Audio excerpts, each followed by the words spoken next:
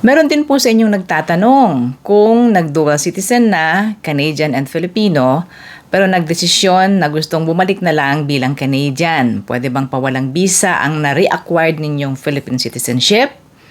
At ang sagot po ay yes. May proseso guys para i-renounce ang inyong Philippine citizenship. Tinatawag po yan na renunciation of Philippine citizenship. Isa po ito sa consular services ng Philippine Embassy sa Ottawa at maging ng mga konsulada.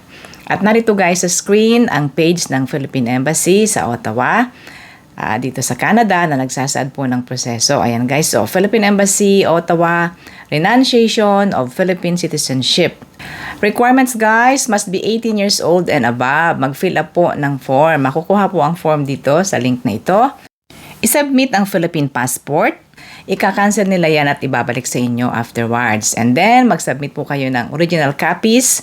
Pero 2 kopya daw, so isa ay photocopy ng mga documents na nakalista po dito. Kung dual na nga kayo at nag-reacquire kayo ng Philippine citizenship, isubmit din ninyo ang inyong oath of allegiance, identification certificate at ang order of approval. Ika-cancel na po nila yan at hindi na ibabalik sa inyo, will be retained at the embassy. At submit all the documents po na nakalista dito sa kanilang website.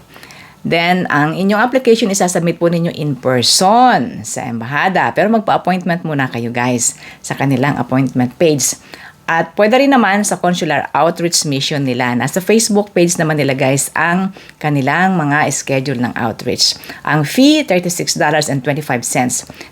3 to 5 business days daw po ang processing, ang sabi dyan. Pwedeng i-pick up sa embassy or pwede naman email. Kaya magpadala kayo ng stamped envelope. Please read na lang po ang lahat ng details na nakalagay dyan. Yan po ang renunciation of Philippine citizenship.